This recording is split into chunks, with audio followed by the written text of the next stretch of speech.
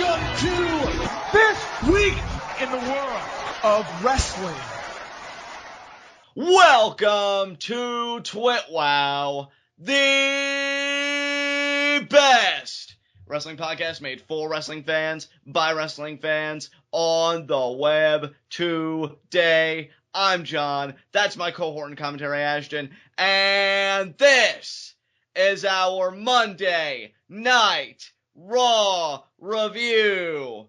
And all eyes were on this Monday Night Raw to see if they could bounce back from what a lot of people were calling a very lukewarm to outright terrible pay-per-view the preceding night, Fastlane 2016. And in my estimation, it did some fine rehabilitation. I enjoyed this Raw. It certainly would not rank as one of the worst Raws ever. I thought the first hour was hot, second hour was still solid, and the third hour, it was kind of meh, but I think it finished, if not strong, at least very interestingly, almost borderline comical. So very interesting Raw that we're going to be dissecting here tonight. Ashton, what did you think of it? You know, I would say honestly, John, I think that you could make an argument that this was the best Raw of 2016 so far, and I wouldn't argue that at all. I wouldn't even, put in the effort to try and find a better episode because I feel like there really haven't been any good ones. That being said, though, it was far from a perfect show, and a lot of the stuff that people are really excited about, I actually have some huge problems with. So let's get into our first segment. Heat of the night, and since you seem revving to go, I'll field it to you first for a change. Do you have any heats of the night tonight? Well, I have 2 heats of the night tonight. I'm curious if you have any. I didn't have any tonight, but you did tell me one that you had before we went on the air, and I do agree with you. So I guess technically I have one, but it's really yours that I'm just going to co-sign onto. So I'm good. The field's yours, brother. Okay. Well, since you already know one, I'm going to save that, and then we'll talk about that last. But the first heat of the night that I have, and I think both of these are going to be relatively controversial. The first heat of the night that I have, though, is that people love to complain about the invasion angle. And why is that, John? Because it didn't really use legitimate WCW talent, but rather just talent that WWF had on hand that maybe were formerly from WCW. At least that's the complaint I see all the time. Yeah, so. and another big reason people like to complain about it is because it all revolved around the McMahon family. It was just one big McMahon family circle jerk, right? Right. How is what we got tonight any different than that? You know what? It's not any different, but I guess people were more forgiving because it doesn't at least try and act like it's going to be, WCW versus WWF. I mean, they tell you straight up it's going to be McMahon versus McMahon. So at least you're getting what they actually bill, whereas I feel like the example you just used is more of a deception for some people, or at least I would argue. Okay. I guess my problem is that while we were watching that first segment where Shane McMahon returned, and I just want everyone to know, we probably aren't even going to talk about that too much here unless it's just during this segment, because if you want to know our thoughts on it, we did live reactions, so you can go check that out. But you'll notice that I was getting incredibly excited because Shane comes out, he got this huge pop, he starts talking about this secret that he has with Vince that Stephanie doesn't know about. They kick Stephanie out of the ring, and he brings up all the issues with Raw, talks about the dropping ratings, talks about the stock prices being low, talks about all these injuries that they've been having. And I'm thinking, oh my God, this feels almost like that Attitude Era speech that Vince gave, where they started to actually acknowledge that their product was bad and they maybe started changing things. And it turned into an angle. It all went from, oh my God, this might actually be spelling actual change, to, oh, this is just another angle for the McMahons to circle jerk themselves again.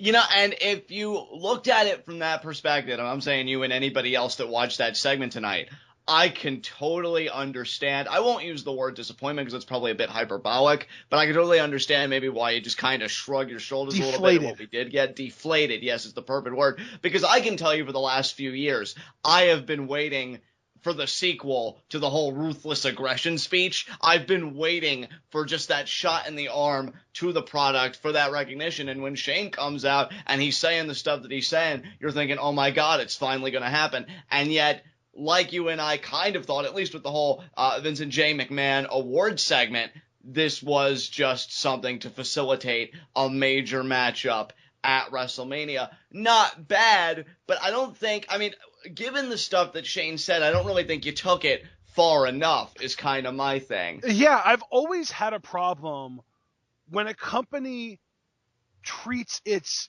heel characters as realistic. Meaning, like, when Vince McMahon says about how he's gonna run Roman Reigns into the ground, he's gonna make him work every day of the year, he's gonna do that kind of stuff. You're acknowledging by having a heel character say that it's bad, and yet your company still does it. And in this example, or even like when it works the other way around too, like if Dean Ambrose, a babyface, comes out and says, I'm not going to open Raw by talking for 20 minutes. You're acknowledging that it's a bad thing to have Raw open with a 20-minute promo every week, and yet you keep on doing it. In this example, Shane McMahon comes out and acknowledges our ratings are dropping, our stock price is low, we're getting tons of injuries, and he talks about how he wants to change things, he wants to change Raw, and then the rest of this show felt like every other episode of Raw. I mean, I could only, and first of all, I do agree with you. Second of all, though, I could be more forgiving of that if I felt like this angle really was going to lead to real change. They were going to shake up the product, even if only because Shane would be a part of it and you would want to change appearances accordingly. But that's I mean, I honestly, John, I had that thought too. I was like, well, maybe if Shane wins, maybe if they put Shane over, maybe he'll get control of Raw and things really will change. But that's a fool's errand. That's a pipe dream. That's like me saying that maybe if a person in a wrestling company wins a match, the people at the top that are writing the product that made that match happen in the first place will change their minds about what they're doing. Right, because you'd think, right, well, clearly if we're going with an angle of new management, new authority, if you will, we've got to change up appearances or else it's really just going to seem like, oh, you only promised to change the formula, but you really didn't have any follow-through. But that's what they've done every single time. Like, dude, how many Raw general managers have we been through over the course of the last 7 or 8 years? Right, so and many. Yet Raw feels the exact same every single week, regardless of who the GM was. Like, you remember, go back to when John Laurinaitis was the GM, and Raw had a certain feel to it, and then was it Vicky that replaced him or Brad Maddox?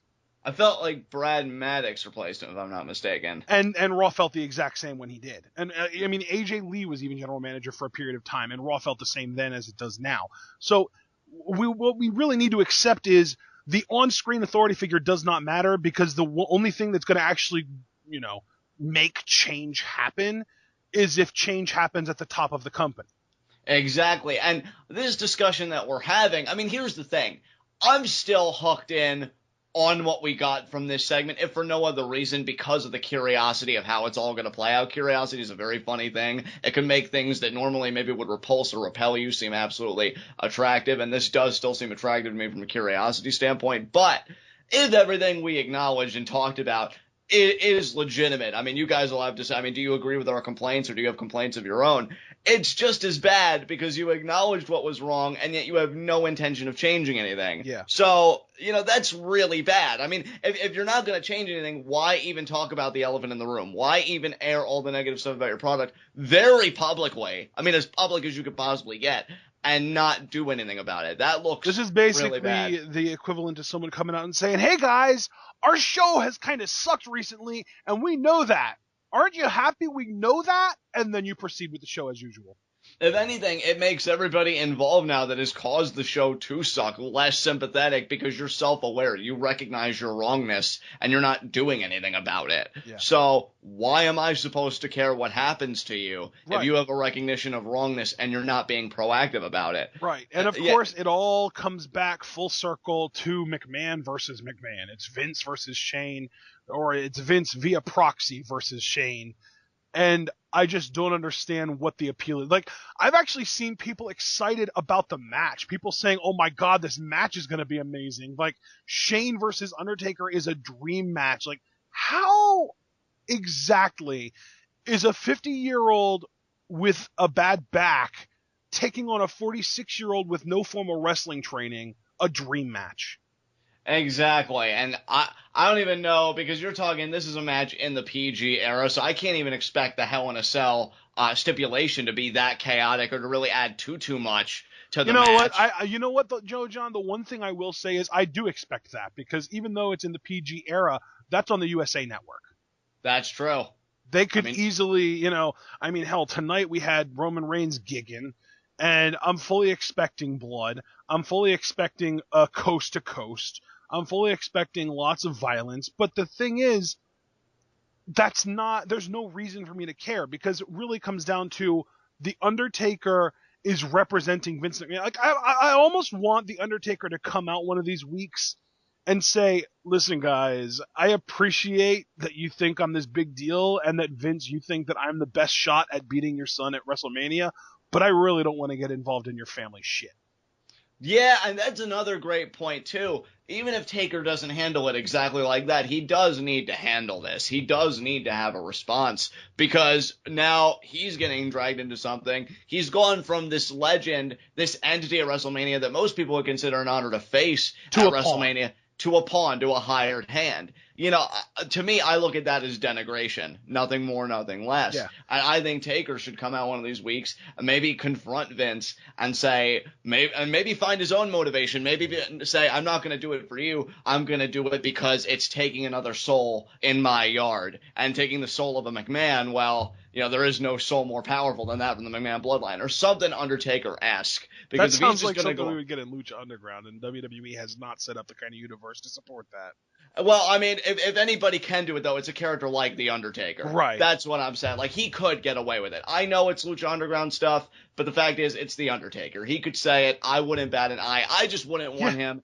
to be so agreeable to this. He's got to show some kind of resistance or find his own motivation. Yeah. Because to me, and that's it's funny you say that, too, because apparently back when Chris DeJoseph, the head writer of Lucha Underground, worked for WWE, he pitched a show to them that was really similar to Lucha Underground that Undertaker would be like the main character of, and it got laughed at and shot down. So, well, yeah, now you see how it all works out, because Lucha Underground's kicking their ass. Yeah. That said, I mean, from a subjective quality perspective, yeah.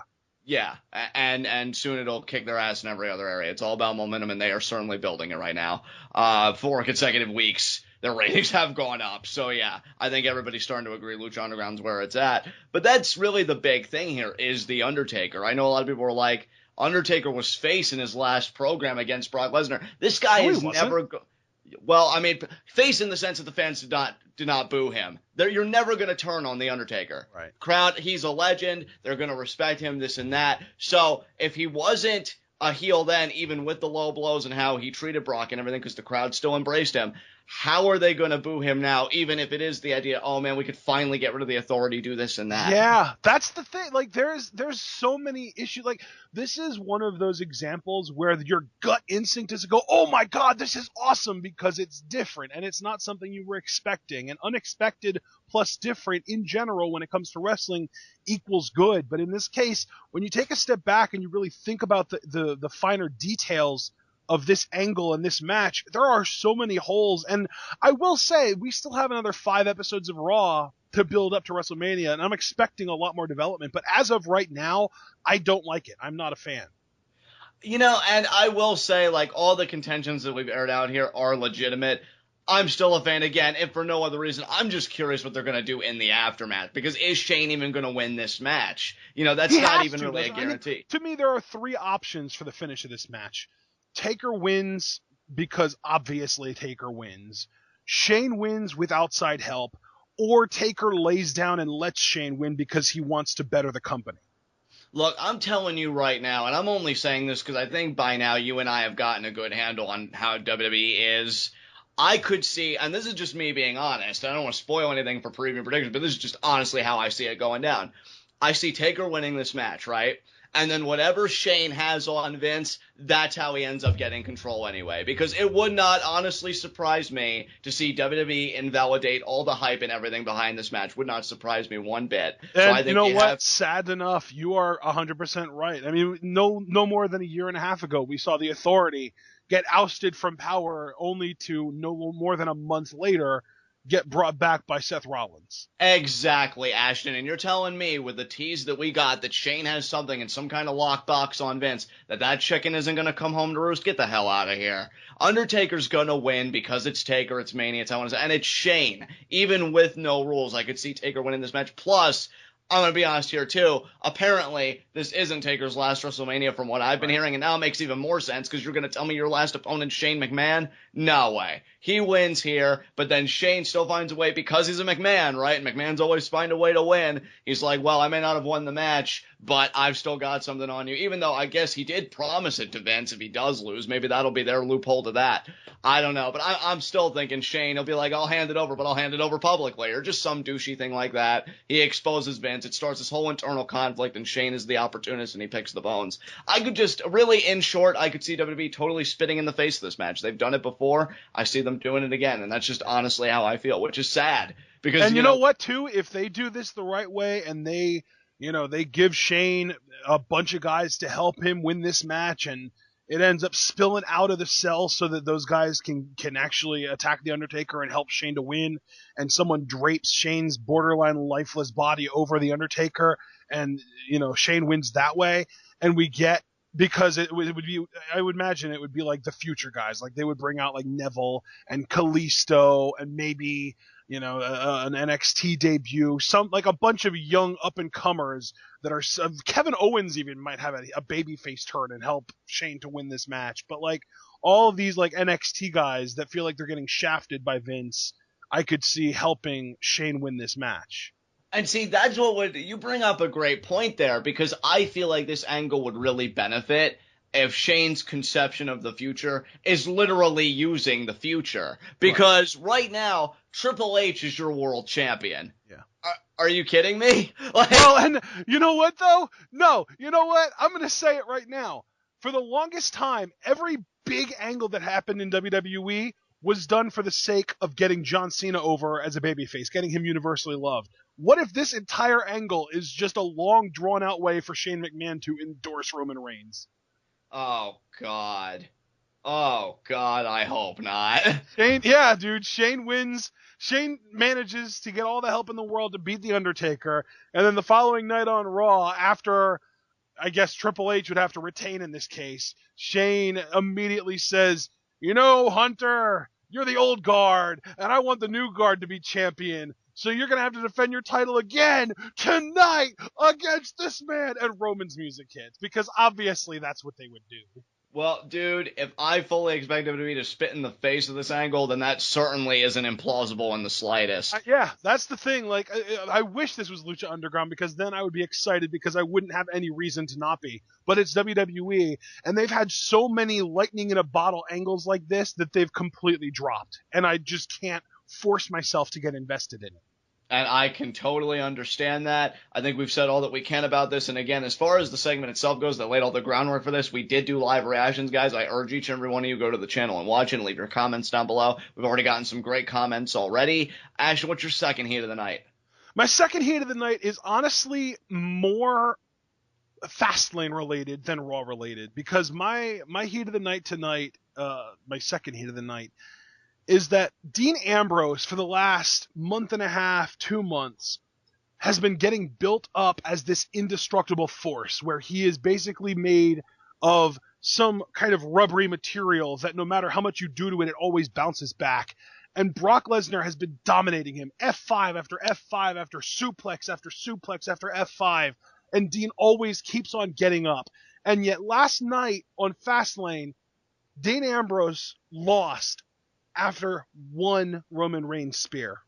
Despite the fact that this was a Roman Reigns who was recently weakened by about a minute worth of being in Brock Lesnar's Kimura lock and 3 chair shots from Ambrose. And Ambrose loses to 1 spear. And now tonight, Ambrose gets assaulted in the parking lot. He gets his body driven through the windshield of a vehicle, and then he gets F5'd, and he still has it in him to smack talk and challenge Brock for a match at WrestleMania. Where was the indestructible Dean Ambrose last night at Fastlane? Yeah, and I completely agree with you. Now, make no mistake, guys. Dean Ambrose versus Brock Lesnar street fight at Mania, that's my Mania match right there. Oh, that's the thing, dude. my biggest issue isn't that I don't want the match, because the match is going to be amazing. I personally wish it would have been an I Quit match, because to me, the I Quit match is the only way that you're going to get Ambrose over the right way. As of right now, Brock is going to win this match clean. If they would have done an I Quit match, they could have at least had Ambrose show the toughness in not giving up, and maybe he passes out for Brock to win. But the problem I have with this match, though, is that Ambrose lost to Roman Reigns after one spear. Roman Reigns has never been able to beat Brock Lesnar. And now you're telling me that you actually want me to suspend my disbelief enough for me to believe that Dean Ambrose is any kind of threat to Brock Lesnar in a match where Brock can do literally anything he wants to him. Yeah, see, and that's the thing. First of all, I agree with you. I Quit would have worked. I also wouldn't have minded like a last man standing stipulation, seeing as how Dean just has not stayed down at the hands of Brock Lesnar. You know what? That's I don't like that either, because Brock has to win. There's no way that you can outright Brock winning. So Brock has to win. I just think that the best way for Brock to win is for him to only win because Dean Ambrose just couldn't. Like, Dean Ambrose never said die, but his body did. So to me, it comes down to either a submission match where Ambrose loses via pass out, or an I Quit match where the same thing happens. Because, like, if you have a 10 count, a last man standing match, the last image you have of Dean Ambrose is him lying there lifeless, looking pathetic. And that doesn't do anybody any good. But if you have an I Quit match, the last thing that you'll see of Dean Ambrose is him struggling, fighting to get out of probably the Kimura lock. And eventually his body just goes lifeless. Brock sets him down. And maybe we even have a show of respect after the match of Brock giving that nod of approval, like, damn, kid, you might not have beaten me, but you gave me a hell of a fight. And that's fair enough, but I think that aside, your main points of contention being, like, how is Dean Ambrose supposed to stand toe-to-toe with Brock Lesnar when he couldn't withstand one Roman Reigns spear is completely valid. Yeah.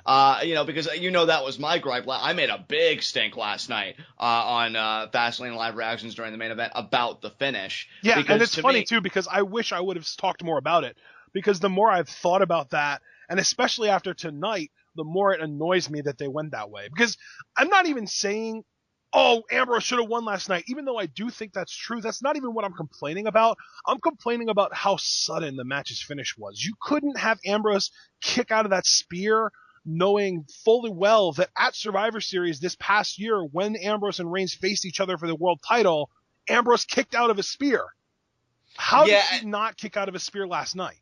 Yeah, and see, that my thing, like, with that Survivor Series kicked out, while I liked it, that was more of, like, an abrupt, just like a burst of energy kind of spear. And regardless, though, like, you could have had him kick out of at least one spear. And I was saying that over and over. I even tweeted, like, you couldn't have him kick out of one fucking spear. That's a disgrace. And especially given what we got tonight, which really, I loved what we got tonight between these two. I love the interactions that Brock and Ambrose have been having with each other, and I think they have great chemistry. But I'm always pulled out a little bit. I always have to pull back a little bit because I have to remember, wait, this is the guy that's gotten bitched out now, multiple times by Roman Reigns. And to your point, Roman Reigns has never beaten Brock Lesnar. So when you establish that hierarchy here, I mean, what viable shot does Ambrose have against Brock Lesnar, even if it is a street fight? And that's really sad because I want to believe that Dean Ambrose can take the fight to Brock Lesnar. But honestly, after that performance last night, I could buy Ambrose losing after the first F5 he gets hit with. Yeah. And that's not okay. So you've got a lot of rehabilitation to do. And honestly, I think that would really be my Raw request right out of the gate, to be honest, is you got a lot of rehabilitating to do of Dean Ambrose's image in the next 5 weeks, in terms of you got to make him really look like he'll be able to withstand whatever Brock Lesnar brings. So I'm hoping these two have a lot of interaction with each other in the next 5 weeks, because I already love this match. I'm going to enjoy this match regardless. But to me, this match, and this is going to be what I close with, this match to me is going to get Dean Ambrose, or it should get Dean Ambrose, I should say, to that main event permanently. Like, no more mid-card and then maybe occasionally in the main event. No, this needs to push Dean to the next level, because he's going to be here longer than Brock Lesnar is, and this match should elevate him. To me, the next thing Dean should do after this match is be back in the world title picture. I couldn't see him going anywhere else. But to do that, you've really got to make him look great against Brock Lesnar, and because of the events at Fastlane, you've already got one foot in the hole here while the other one's trying to start the race. So hopefully they can rehabilitate Dean's image. But I do completely agree with your heat of the night. And I think, honestly, the worst part about this whole thing, too, is that it's going to, the way the match is going to kind of get built to, it's going to feel like Brock is the baby face in the whole situation, and Dean is the heel. Because the only way Dean is possibly going to be able to win this match is with just an onslaught of nut shots. Yeah. I mean, Brock Lesnar, it's been proven, the low blow is his kryptonite. They have a chance to do something remarkable here, if only. And we weren't even asking for that much at Fastlane. I even said at Live Reactions, you could have him kick out of one spear, maybe make the match go 5 more minutes, maybe Dean gets hit with a second spear, and then the pin. But he just got totally bitched out last night, which is a shame because this should be one of the most anticipated matches of WrestleMania. Hell, Paul Heyman, the Advocate, cut a great promo tonight saying that anything that Brock Lesnar's a part of is the main event. So in Paul Heyman's mind, Dean Ambrose is the main event of WrestleMania, yet he lost to one spear the night prior. Like, none of that works. And that's really, really frustrating because Dean, and we've talked about it over and over, is the babyface right now, and he deserves a better setup than this. Yep. So, here's to hoping. All right. That's hopefully that'll be the last that I bitch about tonight. Yeah, you and me both. We'll see. For now, let us get into our Monday Night Raw review, and we open up with a recap of Fastlane, and then after the recap of Fastlane, particularly the main event, we get the video footage of Brock Lesnar attacking Dean Ambrose. To your point, Ashton, just power slam on the windshield. Brock really roughed Dean up. Then we get the Vincent J. McMahon award ceremony. I really don't have anything to say about that. I mean, do you have anything you want to add outside of the live reactions that we did about this whole segment? No, sir. Go watch live reactions. Go watch live reactions. So then what came after this, brother? Well, after this, we had our first match of the night. It was Neville and the Lucha Dragons versus the New Day. This was a fun match. I might even... Yeah, I think I will. I'm going to call this match of the night, actually. This was my favorite match of the night, I think. I thought this match had great energy, was a lot of fun. It was interesting seeing Neville be kind of like the ragdoll of the match. I know Big E got some good power stuff in on Neville, and he was really isolated from his teammates. And then Sin Cara gets the hot tag because Kalisto got taken off the apron. And then the finish, everything they did, like gangbusters up in here, because Neville does a 450 off the apron onto Big E after Big E missed a spear, and that bump looked nasty. And then Kalisto did a 450 off Neville's back onto Woods. Exactly. And then Sin Cara tried doing his beautiful senton on Kofi. Kofi rolled out of the way, but then Sin Cara tried picking him up for some type of slam maneuver. I feel like I've seen him do that before, but whatever he was trying to go for, Kofi, I don't know if he twisted the mask or he raked the eyes or whatever he did, but he impaired the vision of Sin Cara, gets Trouble in Paradise, and gets the pin. So New Day wins this match. And I gotta be honest, given some other events that we got tonight, I'm curious. I have an idea what New Day might do at WrestleMania, and I'm curious if they're gonna pull the trigger on that. And if so, that just makes more questions than answers. But for now, New Day just continues to dominate. Yeah, New Day. I will say one big thing that I did like about this is that they are keeping their tag champions strong. Yes. I mean, New Day, really, I can't praise these guys enough. And now even in the booking, they have been pretty strong. I mean, they're still the champions. They retain, when it counts. And even in this match where you'd expect champions to lose because it's non-title and in WWE's mind that's inconsequential, they still get the win anyway. So I like that because New Day really are a big deal. And I still say they're one of the best things about the product right now. So I'm very happy to see them get the win here. Yeah. So up next, I believe, was our Paul Heyman, Brock Lesnar thing. Yeah, it was. It was the Heyman promo. Heyman's promo was really good. Talked about Brock killing Ambrose in the parking lot earlier and how he's barely alive in the hospital. But then Ambrose drives an ambulance to the arena. So like we said earlier, he is indestructible unless he gets speared by Roman Reigns. I hate that he consistently gets bitched out by Roman Reigns. That's another rant, though, for another time. So then he pulls his neck brace off. He's tough enough to get away from this. Heyman drops the mic and Brock does an F5. And actually, you know what? No, Brock did the F5 later. Brock stepped on Dean's face to walk up the ramp because Dean kind of crawled down the ramp and they just kind of were like, okay, whatever. Brock steps on his face. They walk up. Dean grabs the mic that Paul Heyman dropped and challenges Brock to a street fight at WrestleMania. Brock walks down, delivers an F5 to Dean, and then Heyman gets up in his face and says Brock accepts. I mean, again, I'm happy because Dean is so over. This, to me, was the only viable WrestleMania match he could have that I felt like was acceptable for just how over he is right now and the I great work that really, he's been doing. really want to know what the Wyatt family is going to do at Mania now. I think I've gotten to the point now that I've accepted they're not actually going to have a match. They're just going to be in the armbar and Braun's going to win the thing. Yeah, I guess so, and maybe that'll facilitate a more interesting angle, maybe a schism, in the Wyatt family between Braun Strowman and Bray Wyatt. I don't know, but very interesting because the Wyatt family seems to have been left out in the cold because Taker's doing something. Now we know Dean and Brock what they're doing, which again, I honestly, as much as I would have loved to have seen Bray and Brock, I'm far more excited about this match. Again, if they had only handled Fastlane a little bit better. But yeah, I did love this segment. I love that Brock stepped on Dean's face. I thought that was great imagery. Loved Heyman's promo. Because, it's funny. I love how he always seems to exalt Brock Lesnar in a new way. And now, this whole new thing now, the whole new shtick is anything that Brock Lesnar's a part of is the main event. And that's very heelish to me. So I think they're going to try and make Brock more of the heel here. And Dean just really sympathetic, that indomitable spirit, that unbreakable whatever. And I think we could get something very memorable at Mania. I'm just hoping this elevates Dean when it's all said and done because he is just too freaking good to be doing anything else. So I love the segment. We already hashed out any complaints we had in the Heat of the Night segment, so we can move on. All right, up next, we had our second match of the night. The Usos come out, the Ascension already in the ring, jobber entrance, and then the Dudley Boys come out and they chill out at the top of the ramp. They cut a promo before the match starts talking about how basically all the same stuff they've been cutting for the last week and a half. They aren't a nostalgia act. They're not a one-trick pony. They're legends. They're not going to be defined by, an object or piece of furniture. And then the Ascension attack the Usos from behind. Yeah, and then we get our matchup here. Not really much to say about this matchup. The Ascension are a joke on the main roster, as sad as it is for me to say that. Usos make pretty easy work of these guys. I believe it was Victor that ate the double super kick and then the splash for the finish. So the Usos do get the win. Dudley's didn't look impressed. So to me, this is looking like Dudley's versus Usos at WrestleMania, maybe in a tables match, which, let me just say, if that is the case, WrestleMania 32 is looking more like an ECW pay-per-view because we'd have a tables match, a street fight, and a Hell in a Cell as like three of the matches. Yeah. So, I don't know. I don't know if they're going to do table. You know what they might do, though? They might do a triple ladder match with them guys and the New Day. Maybe, because just to get the championships involved.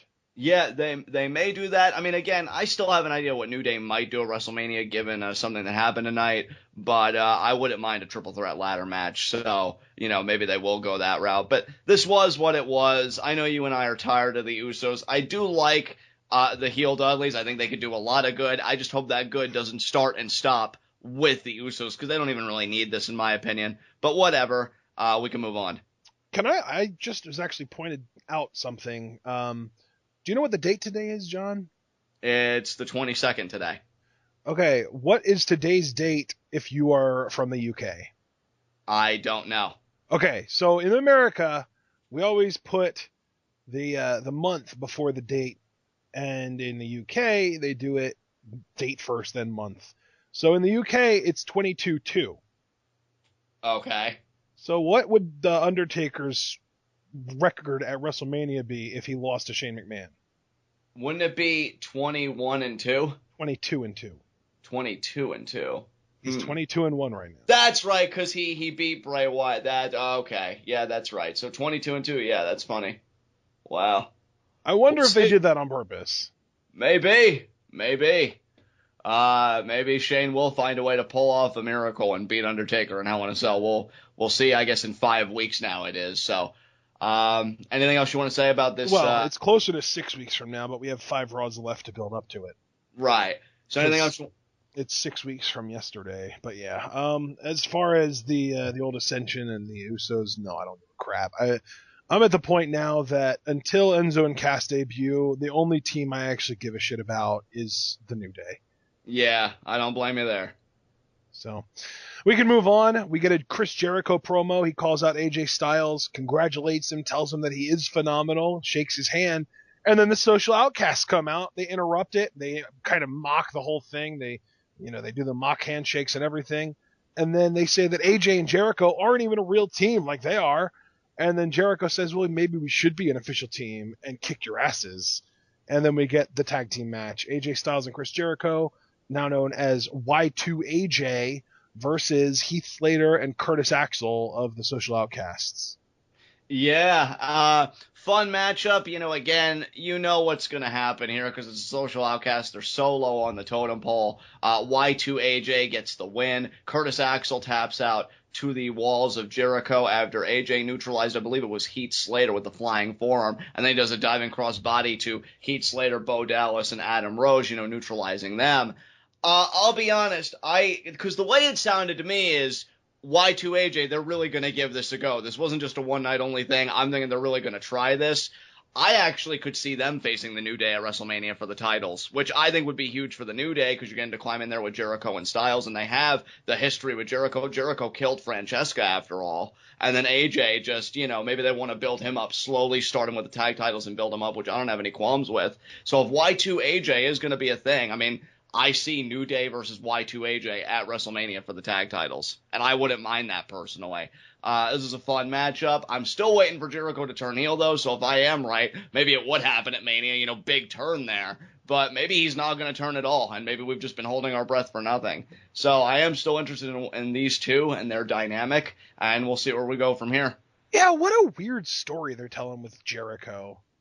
Yeah, because I thought he would have, maybe not necessarily abandon AJ, because, you don't want to have that you lost a Social Outcast on your record, even if you facilitated it. But even post-match, I didn't know if he was going to lay AJ out or what. But nothing. They really quick cut back to commentary as soon as this match ended. Yeah. So I'm thinking this tag team's legit. And, come on, given the names that are in there, it's not going to be long for them to be at the front of the line, because any idea that I had of Golden Truth facing New Day at Mania, that ain't happening because they're still beating that horse. So this match, if it is going to be the substitute that I'm thinking it's going to be, I think is a great compliment to the New Day, a testament to, where they want to take Styles and Jericho and how great the New Day is as a team. And I'm actually kind of hoping that's what happens now because I find that very appealing. So we'll see, but Y2AJ for now is a thing, and I guess it's not going anywhere for the time being. I'm going to just go ahead and say it right now. I think Jericho is still turning heel, and I think that his heel turn is going to be what causes this whole Y2AJ pipe dream to collapse.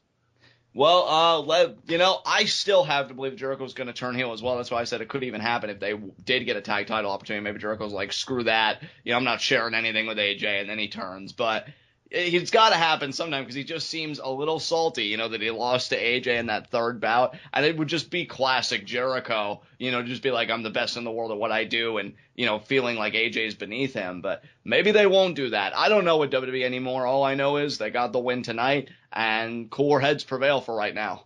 Speaking of AJ Styles, by the way, I remember I was predicting that he was going to move on to face Kevin Owens. Owens wasn't even on the show tonight. Which is criminal.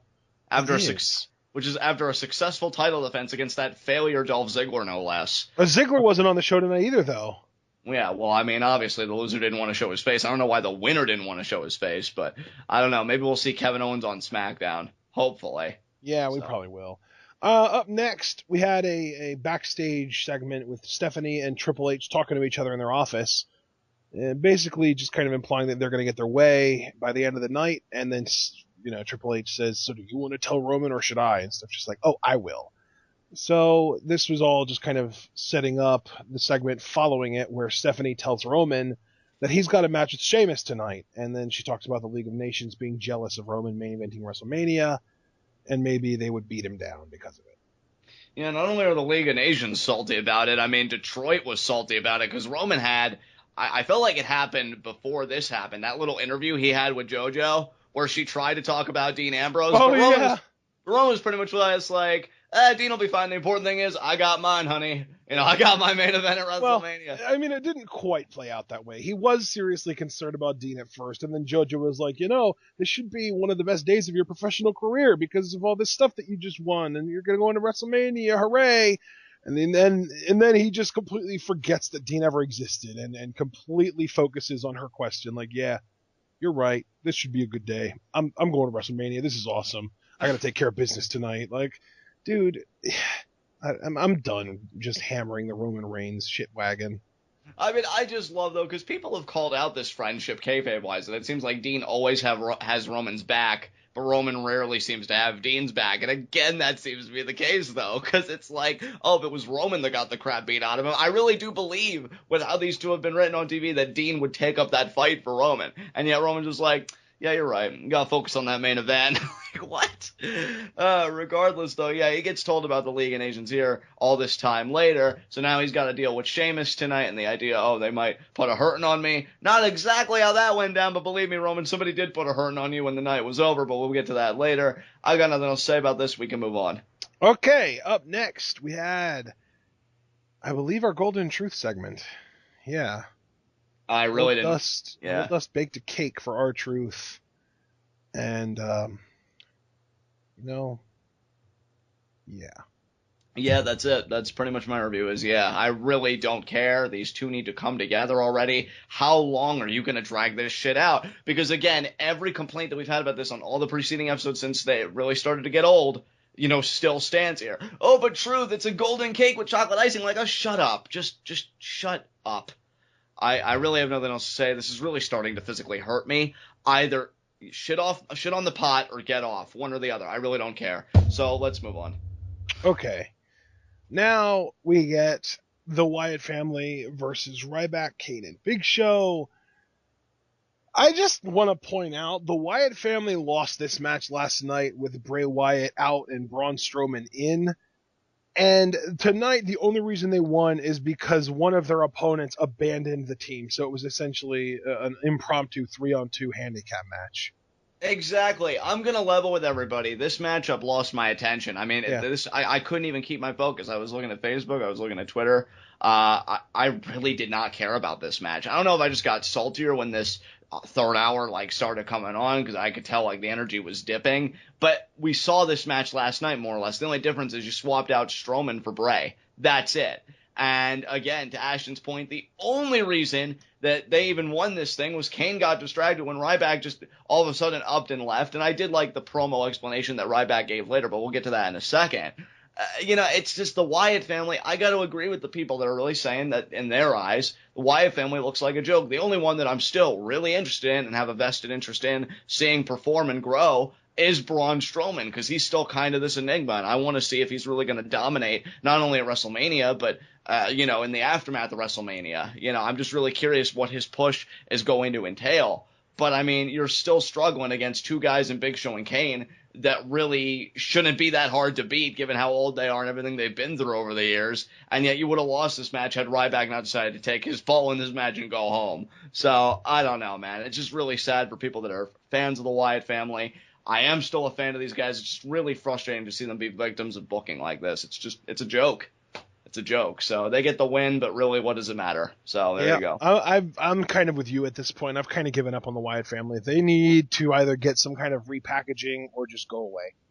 I mean, dude, it's gotten so bad. It really says something, because we always said the saving grace was, well, at least Bray, they trust Bray enough to have these big WrestleMania matches. But Wyatt family got left out in the cold tonight. I'm not saying that's a bad thing, because again, we still have a few weeks, and maybe they do have something for Bray. But honestly, I agree with you. You said earlier on the show, you wouldn't be surprised if the whole family got lumped in the armbar. That would include Bray. So a guy that's faced John Cena and The Undertaker at 2 WrestleManias is going to be a part of the big battle royal where his face is indiscernible from everybody else. That really says a lot to me, dude. That says everything to me, actually. Yep. So, whatever. I'm over it. Let's move on. All right. Up next, then, we had our kind of Ryback heel turn segment here. Ryback obviously bailed on Kane, and then Rich Brennan catches up with him in the back and asks him why he walked out on his match. And Ryback basically just says, I won the match last night. I'm done being in tag teams. I'm over it. The spotlight should be on me. I like the promo here, because in a way, Ryback almost seemed like he was speaking for the fans, with his starting line. Like you said, I won this match last night. It happened. It's done with. I'm like, yeah, he's right. They already did this match. He won it. What else does he have to prove? So, congratulations, WWE. The heel that I should be salty about because he abandoned the amazing baby faces that are Big Show and Kane. I'm on his side. I'm like, yeah, man, do your own thing.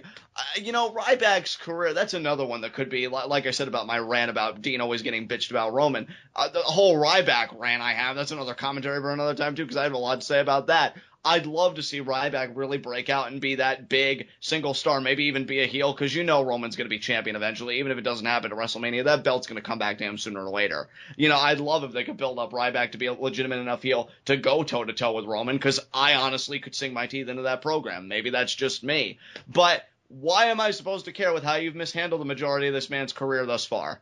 Because to me, what this is going to look like is what? Is he going to beat Kane or Big Show at Mania? And hell, that's not even a guarantee. You guys remember his feud with Mark Henry that led to WrestleMania when he should have won that match, but he didn't. But at least he got the Shell's Jog post-match, right?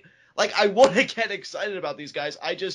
I hate WWE's booking so much. Like, that's made me so tentative about investing in any of the guys that I like that are lower on the card or seem to be in a weird place. And Ryback's another case. This was a good promo. I liked what he had to say. I agreed with what he had to say. The question is, what are you going to do about it? What's it going to turn into? And I really don't have much confidence, in my answer. So I'm hoping it leads to something good. I'd love to see him beat Big Show at WrestleMania, legitimately, and then move on to the next thing.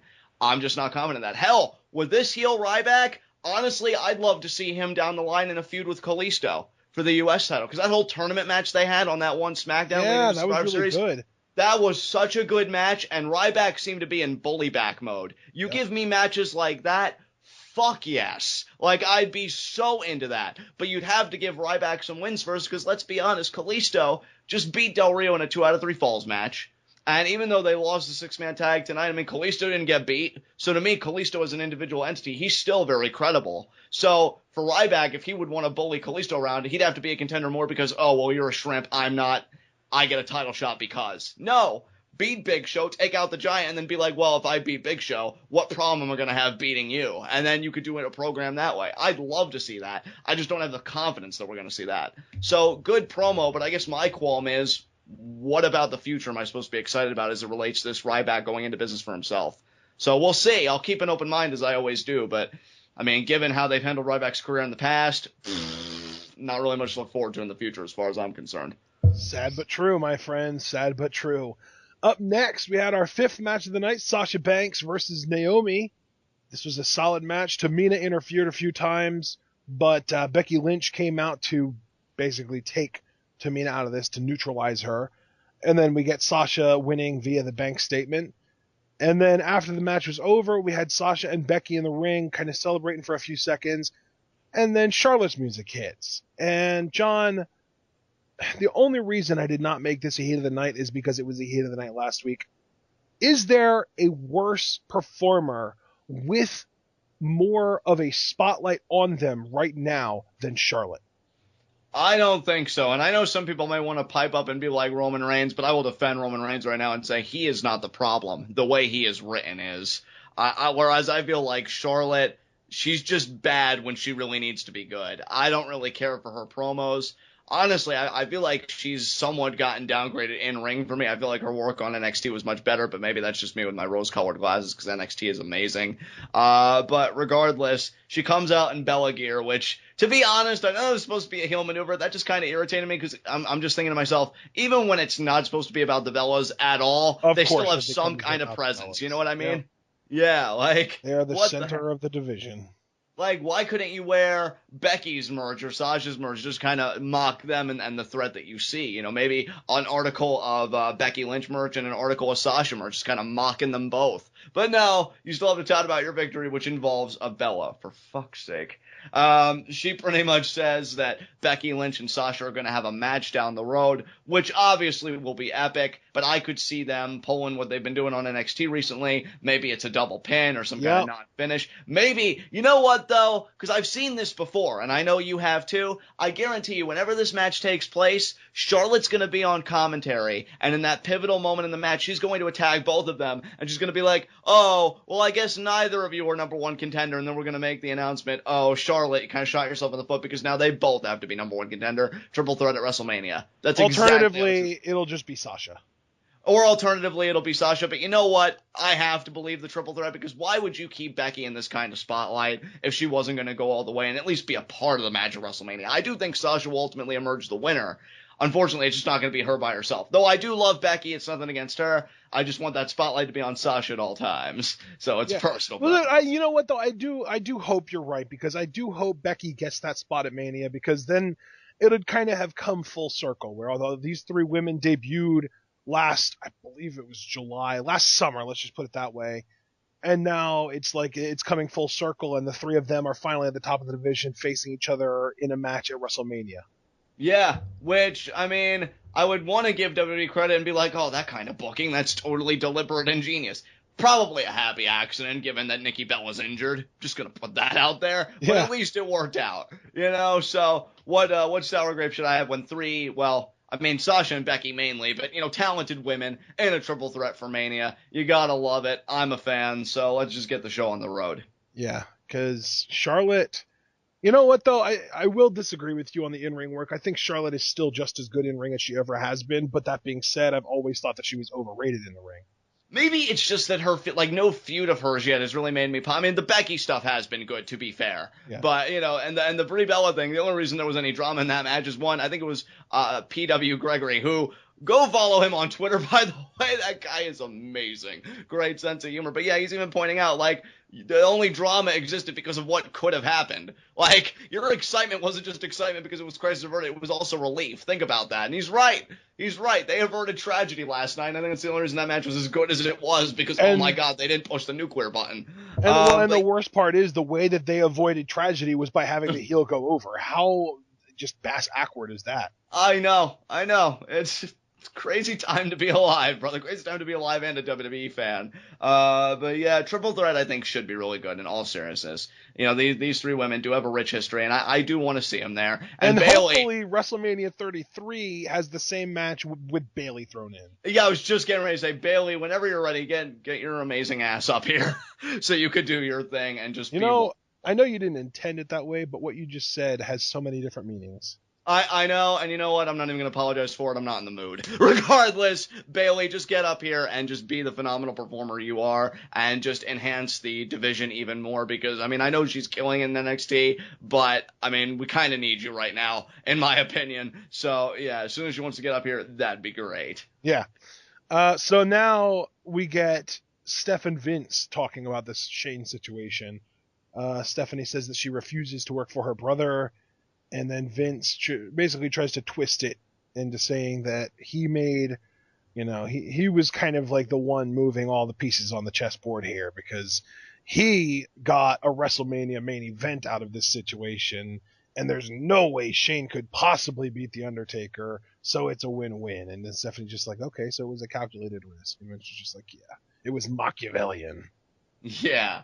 So, not really much to say here. I fully expected Stephanie to try and show resistance, but then McMahon, and, in his typical way, trying to paint, the light positively for them, being like, hey, there's no way we're going to lose anything we got going on, and I got some money out of the deal because now we're going to be able to milk and promote this and, do whatever. I liked it. Very straightforward. Nothing more you can say than that. Up next, we had the announcement that The Godfather would be inducted into the Hall of Fame, which is, okay, whatever. Yeah, I'm pretty much the same as you. Never had a problem with The Godfather. I did like some segments that I saw of his, growing up. So they want to induct him. He's a fine addition to me. Anything's better than Coco Beware, right, as the joke goes. So good stuff.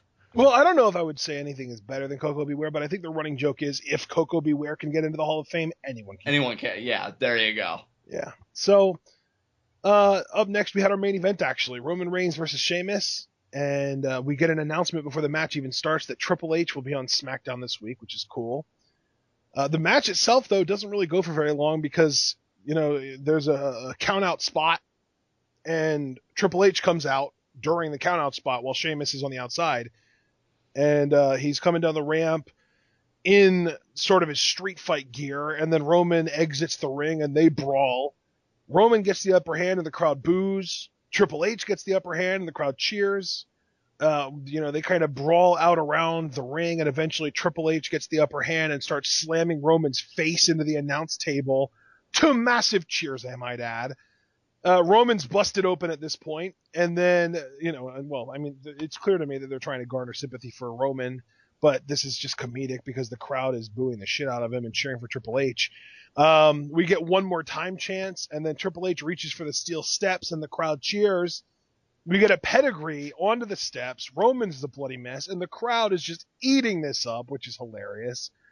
We get one more time chance. Triple H does the Roman fist cock, and then the Triple H DX crotch chop to mock him, and then he grabs the title and poses on the steps with it to close the show. 2 massive cheers.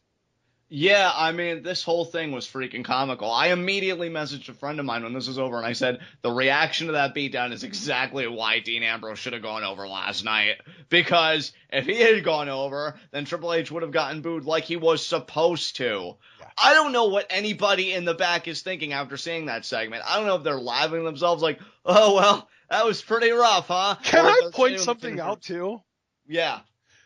Do you remember that Wrestling Isn't Wrestling video that Max Landis made? Yeah. Oh, and by the way, speaking of Max Landis, it was actually recently revealed that apparently he has been under contract by WWE for the last year or so as a consultant, and that even though that's super awesome that they reached out to him like that, apparently they don't ever actually use any of his ideas, which isn't really that much of a surprise. Wow. Yeah. So why even put pen to paper then? I don't even freaking know. But that's not the point I was trying to make, though. In Wrestling Isn't Wrestling, do you remember the one segment when John Cena came around and the fans hated him?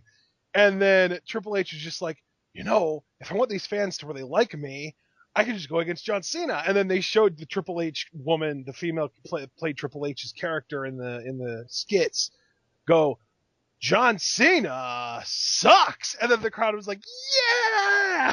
And then Triple H goes out into the crowd and he's just like, do you like me? Do you like me? Do you cheer me? Am I the best? Tell me I'm the best. Tell me I'm better than Shawn Michaels. And they were just like, dude, chill out. Beat John Cena first, then we'll think about it. That's, honestly, this is the exact same story, but with Roman Reigns instead. And, when you put it that way, I guess WWE really did get what they wanted. Roman Reigns really is the next John Cena, just not in the way they intended. Yeah.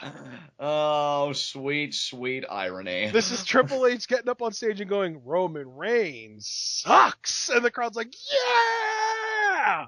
This is it's the same thing. Like, I want us to go back and watch Wrestling Isn't Wrestling again, because this is so much in line with the Triple H character. Like, he sees this guy who's getting these big negative reactions, and in order to get himself over as a bigger face, because that's what Triple H does, he goes after that guy and attacks him and tries to beat him up and get the crowd behind him. Yeah, if anybody at the top of the ladder didn't think that, this would go the way that it did, you're stupid. You're really stupid, and honestly, I don't even want to know you.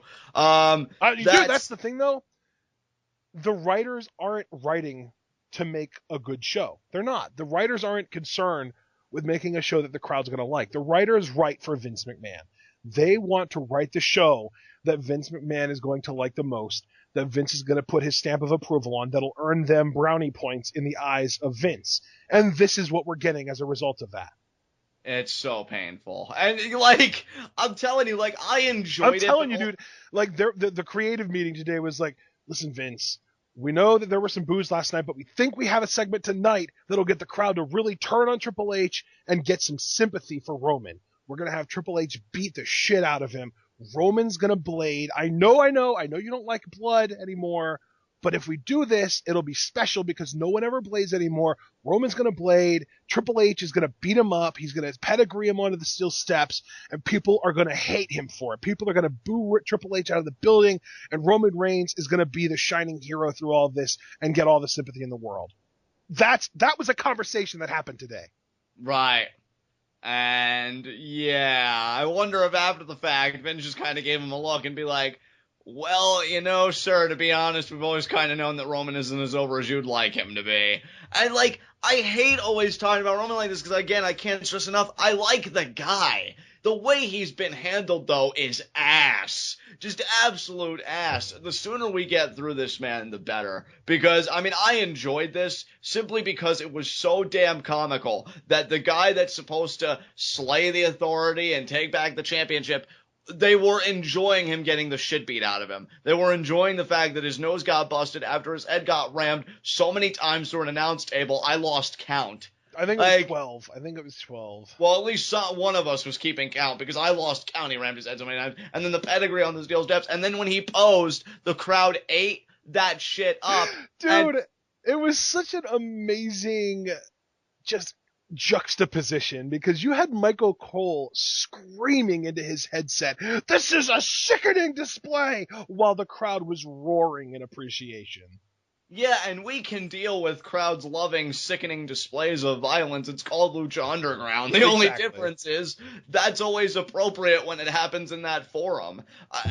And to me, and I hate to be that guy, but I have to harp on the issue again, it's not even the idea that the heel was getting cheered. It's the idea that it's Triple H who, while I have no really qualms with him, the guy's like over 40, and he's the world champion, and he's getting cheered, and it's like, oh my god. And dude, the thing too is you could have picked literally any other babyface on the roster and put them in Roman's place for this segment, and they would have gotten cheered and Triple H would have gotten booed. But because it was Roman, because he's been built so poorly, because fans resent him as much as they do, this is the result.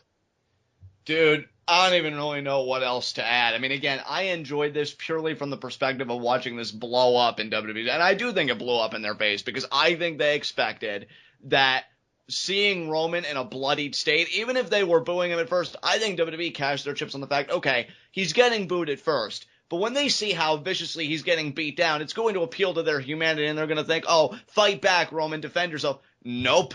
Because they ate every single bit of that beatdown, and they pop for the finish with the pedigree on the steel steps. Yep. So, what are you gonna do, WWE? Because, you know what? I'm not even gonna be one of those guys that's like, oh, you have to change course of this and that. I've accepted this is our main event, and you know what? Chickens are gonna come home to roost. I mean, hell, Ambrose is facing Brock Lesnar. I got what I wanted. So, I'm not looking for anything to change or go up and down. Have your freaking match, and I hope you enjoy the result, because if Detroit was any indication, Roman Reigns is going to be the biggest heel winning that title, and you didn't even freaking mean for him to. And it's fine for him to be heel, but you haven't written him that way. And so you're not going to be happy about it. And I don't know what you're going to do about it, because this reaction, I think, is only the beginning of Roman's road to WrestleMania, and it's just hilarious. It's hilarious, because you tried manipulating it so much and controlling it. And what did you think was going to happen? That the fans are going to be like, oh, okay, we'll be quiet and we'll respect the story you're trying to tell? Nope. Dude, I'm telling you straight up right now, I want Triple H to keep the title, and I want him to lose it back to Seth Rollins at SummerSlam. You know what, Ashton? I'd be cool with either that, because I see the story that you'd probably envision, and I sign on to that readily. Or Roman goes over at WrestleMania, and even if he does lose, I expect Dean to look so good in defeat. Maybe he'll get a world title match at Extreme Rules, and we'll be doing this dance again. But here's the thing. Why would Dean, assuming Brock wins, no matter how good Dean looks, why would Dean get a title shot before Brock? I mean, well, first of all, I do agree with you, but I think Brock's schedule, I don't even see him being on Extreme Rules this year. Maybe I'm wrong. But, two, I have a feeling they're going to want to do Roman and Dean again, and honestly, I think that's kind of why we got Dean versus Brock. I will say, we're going to, after WrestleMania, we'll be able to say Brock Lesnar has been on every pay-per-view so far in 2016. Yeah, crazy to think about, huh? I really do like it, though. I mean, I'm not. I wonder if Extreme Rules will make it 4 for 4. Maybe it will. I mean, you never know. But to me, I just have a feeling, yeah, Dean and Roman may be the main event for Extreme Rules. I don't know why. I just feel like, hey, Dean's in a huge match. Roman's obviously in a huge match. And the fallout, like, again, where is Dean going to go after Brock Lesnar? To me, he's either got to be in the world title picture, you got to find somebody close to Brock, and any guy that would even be, like, in that conversation is still injured. So, you know, I don't really know what you do, but regardless, yeah, either keep the belt on Triple H and have Rollins come back and be the legitimate conquering hero, or you give it to Roman, and you gotta turn him heel, though, to me. Because even if you don't turn him heel, the Authority's gonna keep coming after him. Wouldn't you be thinking to yourself, wow, how do I stop these dogs from coming? Oh, yeah, just give them what they want, and you do it. I don't know, man. This is comical that it's not even working out for them right now and that Roman's getting booed, and I don't see that stopping. So they either have got to change course with Roman's character, or they've just got to keep with Triple H as champion until a better babyface comes along. That's really their only two options. Which will end up being Seth Rollins. Which will end up being Seth fucking Rollins. You're damn right it will. And with segments like this, as much as I enjoyed it, it just makes me miss Seth even more. So please, Seth, come back soon. But yeah, those are their only two options. Either change Roman's character, really cocky heel, which he really could pull off in a heartbeat, or you keep the belt on Triple H. Those are the only two avenues I see them having. But knowing WWE and how obstinate they are, I think they're going to put the belt on Roman and try and have their cake and eat it too, and it's just not going to happen. Can I also point out that at TLC, Roman Reigns got a pop for the first time in a really long time, and what did he do to get that pop? He beat the shit out of Triple H. And now tonight they had Triple H do the exact same thing to Roman Reigns. You'd really expect that they would have learned their lesson by now, wouldn't you? Yeah, you'd really think, huh? It's almost as if the fans want to cheer for a silent badass. I wonder who they could give that gimmick to. Exactly. I think that's the perfect way to punctuate this conversation because I'd have nothing to add. So if you want to move on, we can. Yeah. Well, that's the end of Raw, so let's move on. Next segment, high spots and low shots. If it wasn't any indication, my low shot is Roman Reigns. Because Dean Ambrose may have gotten the shit beat out of him, but it's not like fans wanted to see him get the shit beat out of him. They wanted to see Dean, period. That's what a babyface is. They wanted to see Dean. Hell, in that JoJo interview that Roman Reigns gave that we mentioned earlier in the show, there was chants in the background, we want Ambrose. Yep. They did not give a shit about Roman Reigns. It was all about Dean Ambrose. And on top of that, to really punctuate, we don't give a fuck about you, Roman, or your Roman Empire, they cheered the fact that this man got the shit beat out of him tonight to close Raw. So yeah, kayfabe perspective, it's my low shot. And even from that whole, reality era kind of perspective, Roman's still my low shot. Because what the hell are they going to do with a babyface Roman Reigns that just isn't working? That's my low shot. Yeah, that makes a lot of sense too. And by the way, as far as tonight's crowd goes, they were in Detroit, which isn't even a particularly smarky crowd. Next week they're in Nashville, so they might actually get Roman some cheers there. But in March, they're going to be in Chicago, and then Pittsburgh, and then Philadelphia, and then Brooklyn. Yeah. Good luck. Yeah. Pittsburgh might be a little bit of a break, but those other three venues are going to eat Roman alive. During the road to WrestleMania, Roman Reigns is going to get booed more than he's going to get cheered because we have 6 Raws in between TLC and WrestleMania. Tonight was 1, and then Philly, Chicago, and Brooklyn are another 3. 4 out of the 6 are going to eat Roman alive unless something changes. Exactly. With that said, who's your low shot? Oh, honestly, I'm almost tempted to make my low shot Vince McMahon because he has all these plans for Roman Reigns to be this big deal, and he's getting kind of boned on that because Roman is just straight up not getting over. And even the character Mr. McMahon got kind of boned tonight by Shane, but even then he still got the last laugh because now Shane has to fight Taker at Mania. So I think my low shot, I'm just going to kind of take the easy route here, and I am just going to make my low shot the Ascension because they have fallen this far. All right, fair enough. Makes perfect sense to me. I'm torn about who I want to make my high spot, but you know what? I know what my high spot is. I think I'm going to make my high spot, as weird as it sounds, my high spot's Dean Ambrose. Because he got what he wanted. Yeah, he got the shit beat out of him, but he wanted to go. But by the end of that segment, he was the only one smiling. Exactly, because all he's wanted to do since the Fastlane build-up is go to Suplex City, and now he gets Suplex City all to himself at WrestleMania. So, to me, even if it's a very perverse, kind of justification, Dean Ambrose is my high spot because he's probably one of the only ones that got the WrestleMania match he wanted. Sure, you could say Roman did too, but at what cost? Because nobody's supporting him right now. So yeah. Oh my God, dude! I just saw something on Reddit. What if tonight was WWE's way of writing Roman off TV until they get out of that smarky city circuit? Wow.